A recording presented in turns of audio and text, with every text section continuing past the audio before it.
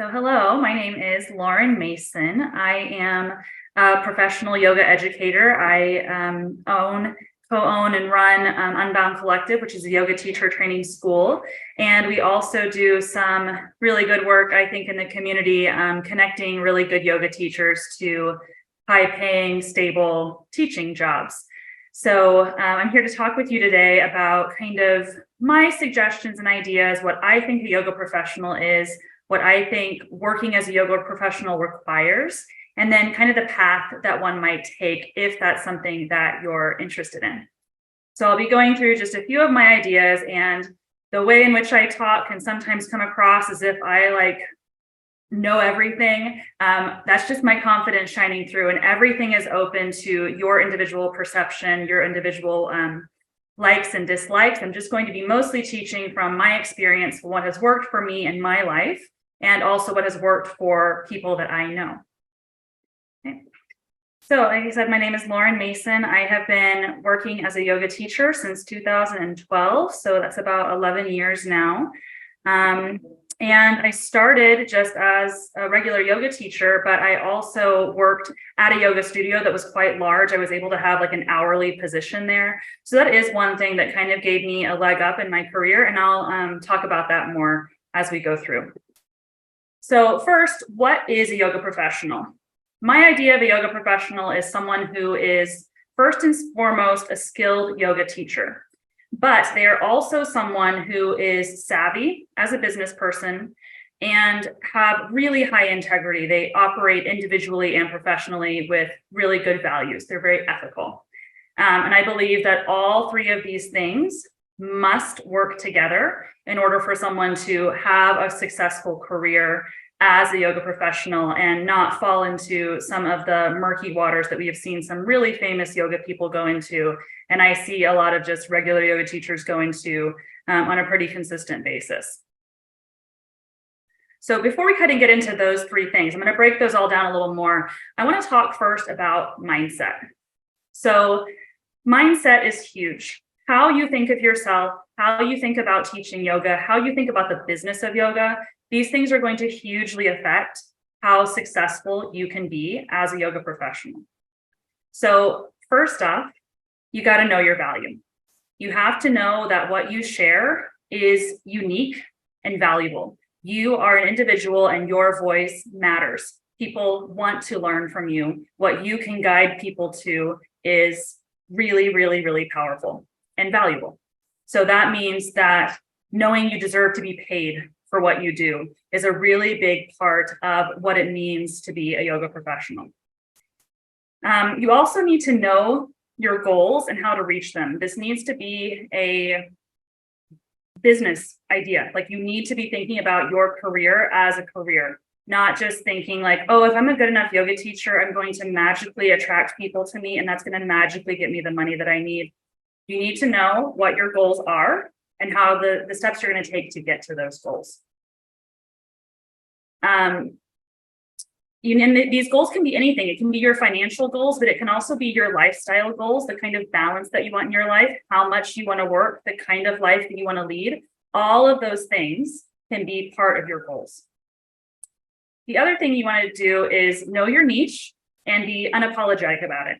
So my business partner, Angie, talked last week about knowing your niche, and we'll get some of that video up on YouTube, or you can watch it after if you're interested in kind of going deeper into this topic. It's really important that you know the unique things that you have to share and why they're unique and why they're valuable. And then once you know that niche, to share it unapologetically. So as a personal example, one of my niches is reproductive health, sexual health, prenatal health, postpartum health, all of those things. Those are some topics that make some people kind of nervous or kind of squeamish, or they don't really want to talk about them because they think they're maybe vulgar or they're just embarrassed. I am really unapologetic about talking about the pelvic floor. It is so important to me. I talk about it in every single class.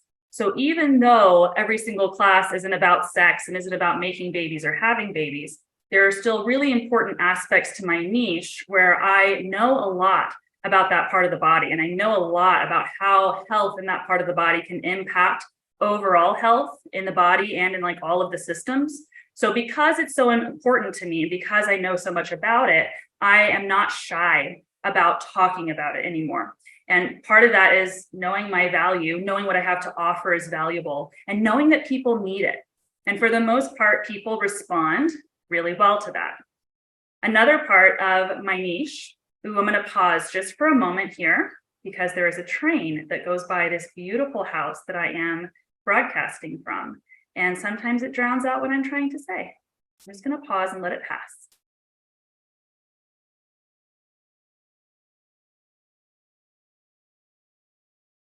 It's going very slowly and taking its time. So, I feel like as soon as I talk again, it's just going to come.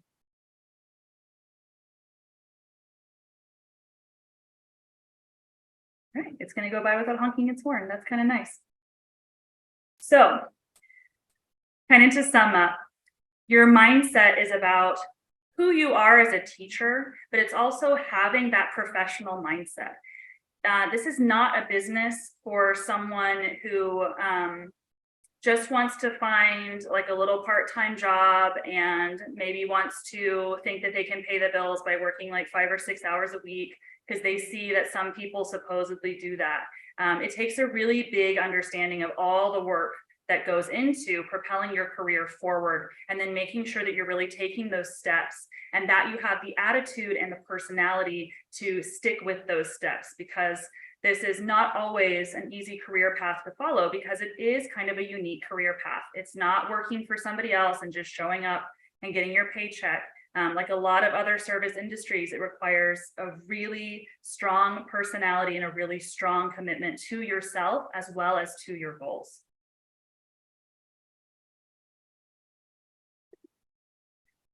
Okay, so let's dive a little deeper into these 3 things that I think are really important to be a yoga professional. First is this idea of being a skilled teacher. And I think that there are 3 kind of big points that go into this. The first and most necessary step is good education. So you definitely need to train with a reputable school or train with a reputable teacher. Make sure you get a really well-rounded, really grounded yoga education where you're learning about the full practice of yoga.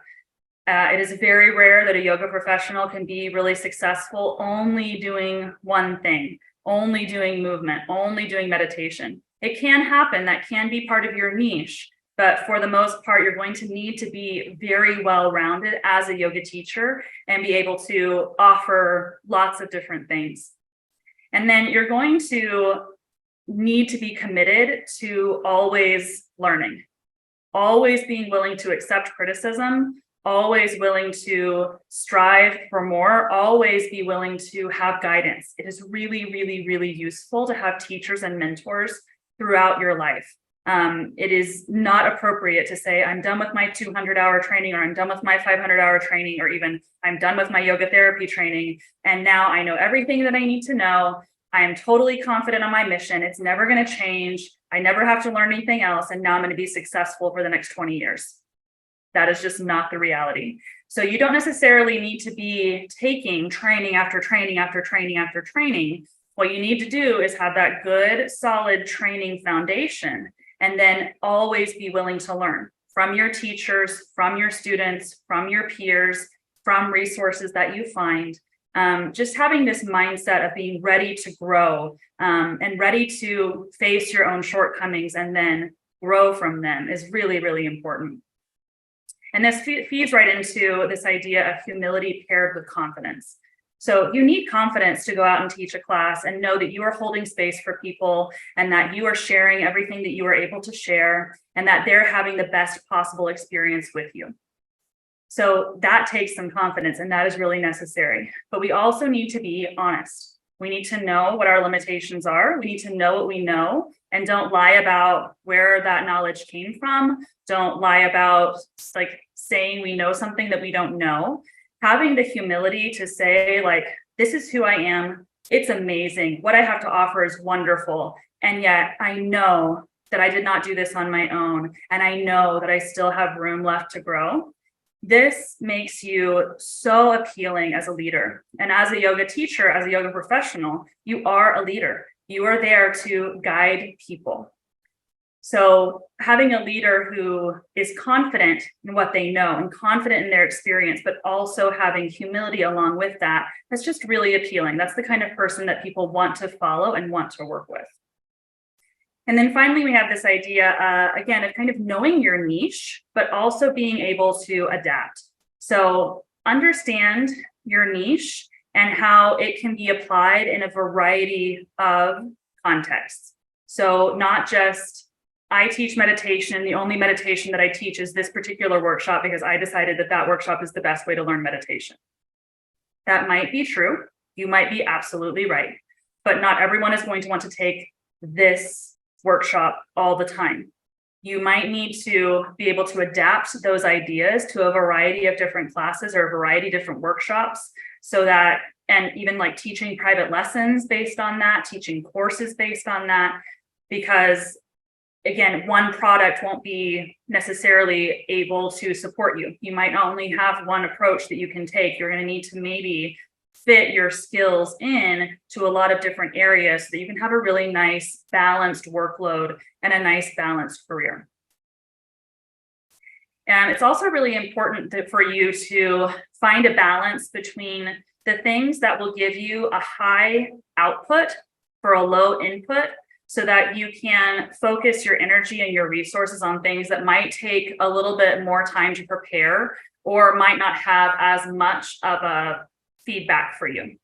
So for example, you might want to teach a lot of regular classes where you're guaranteed to make a base income that pays your rent. And teaching those classes is not very exciting for you. It's not necessarily the primary thing that you want to be doing. However, it's going to give you the stability that you need so that you have more energy to put into workshops, retreats, courses, private sessions, whatever it is that you're really wanting to invest into in the long term. You might need to have some things that just kind of keep you going and keep you steady so that everything you do isn't so much output. So finding that balance is part of being a skilled teacher. It's part of knowing, like, I can do this thing over here and it's no preparation for me. I love what I do. It's not my primary thing I'm searching for, but I know that it's going to help me towards my goal because it either helps me find students or it just brings in the money that I need so I can have a stable income, so I can really pursue these bigger projects that might be a little bit riskier or might take longer before they're financially viable for me. The second huge part of this is being a savvy business person. So there are lots of people who go into teaching yoga thinking that it's just going to be a wonderful alternative to working a 9-to-5 job. They see other yoga teachers being supposedly really successful, and they're like, oh yeah, oh my gosh, you can make $25 teaching a yoga class. I'm only making $15 at my job over here. So it's clearly a huge, huge bump up. However, you can't work 40 hours a week as a yoga teacher. You can't teach 40 classes a week.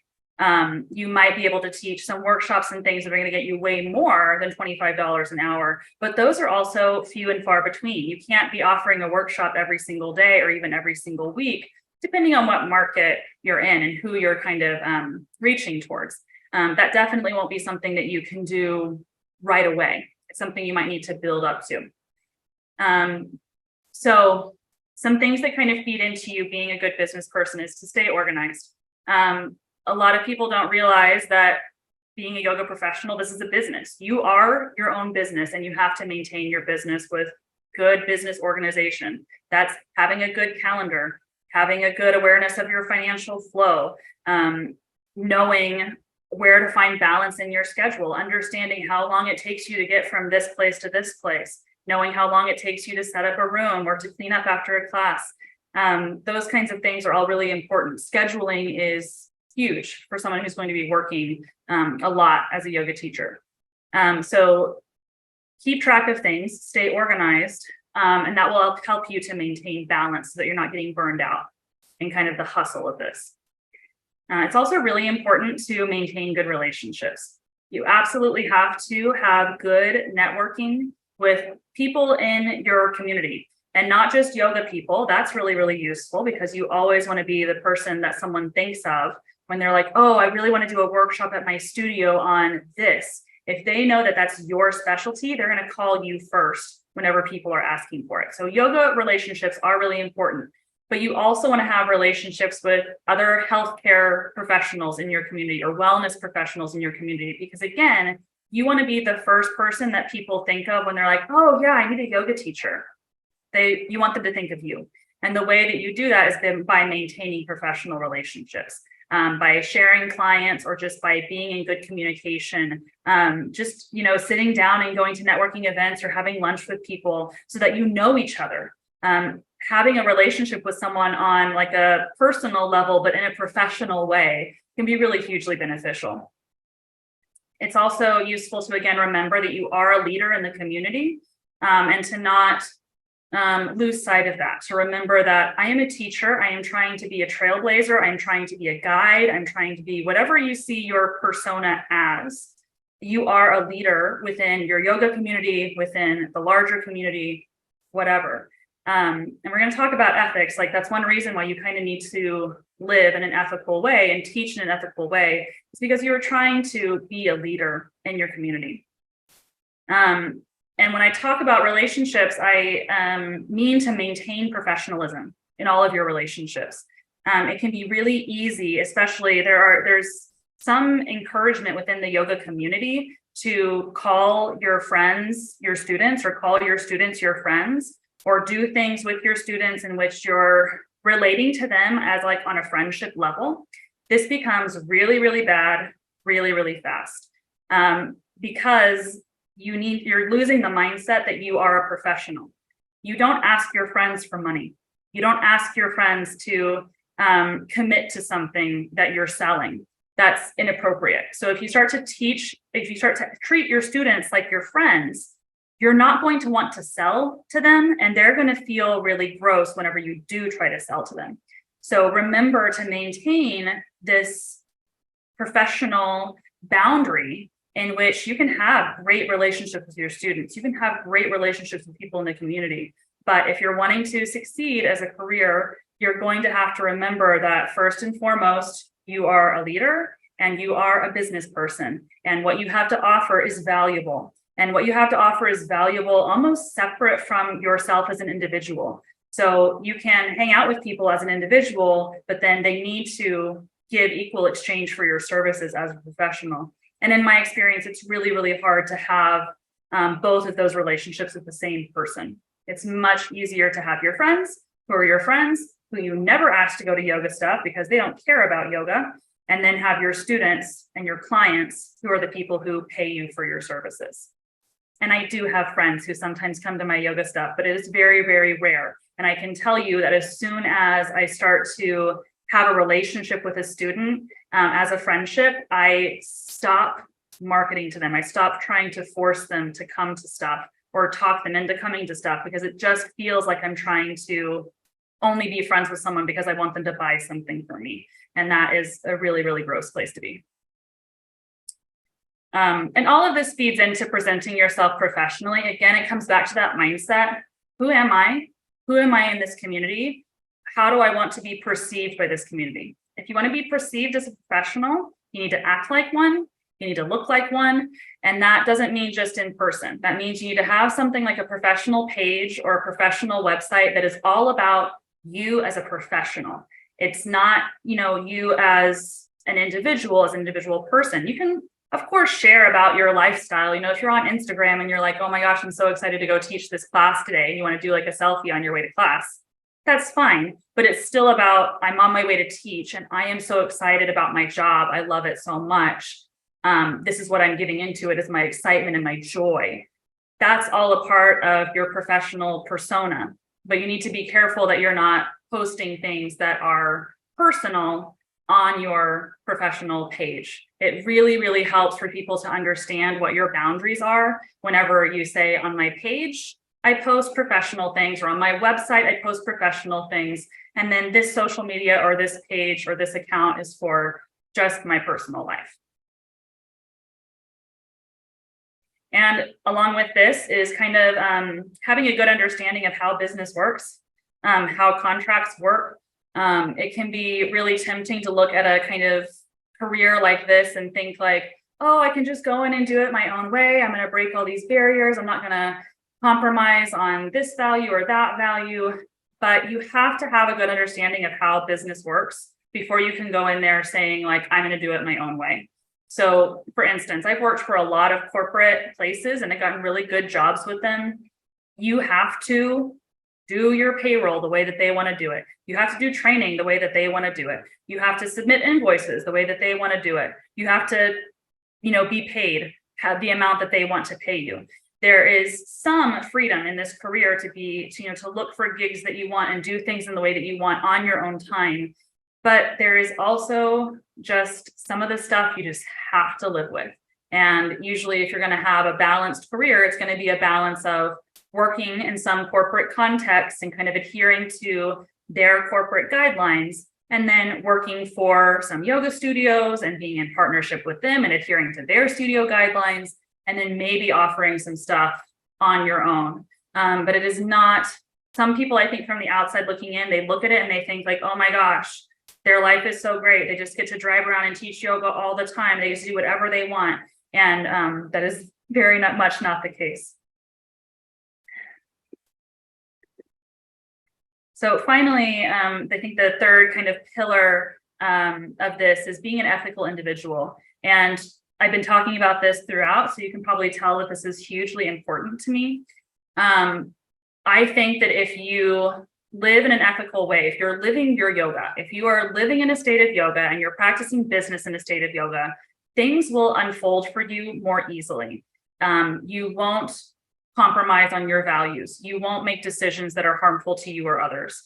You won't enter into an agreement that feels bad. If you're trusting your intuition and following your goals and remembering that one of your primary goals is to model what you teach, to live in a yogic way, to live in a state of yoga. If you remember that, everything in your business will actually become a lot easier. Some of the most difficult, anxiety-inducing times in my career is when I was sitting here trying to compromise my values to serve somebody else's needs. And I was just agonizing over whether I should compromise my values to serve someone else's needs.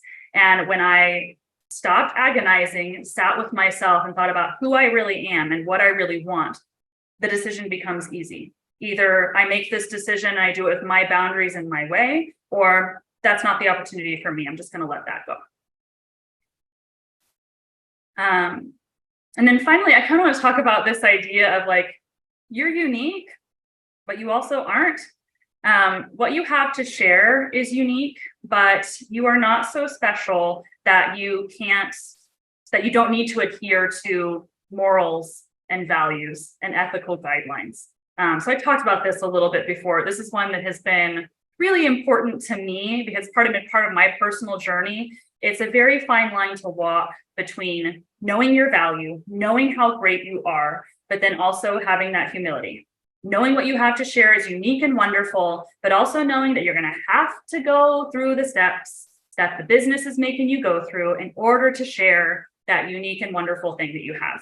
So you are going to have to pay your taxes. You're going to have to keep a calendar. You're going to have days where you sit at your computer and maintain your page and answer emails and do all that kind of stuff. You're going to, like I said, if you work in a corporate setting, you're going to have to do the corporate training. You're going to have to follow guidelines of others. You're going to have to work in partnership with studio owners and other teachers and all kinds of people.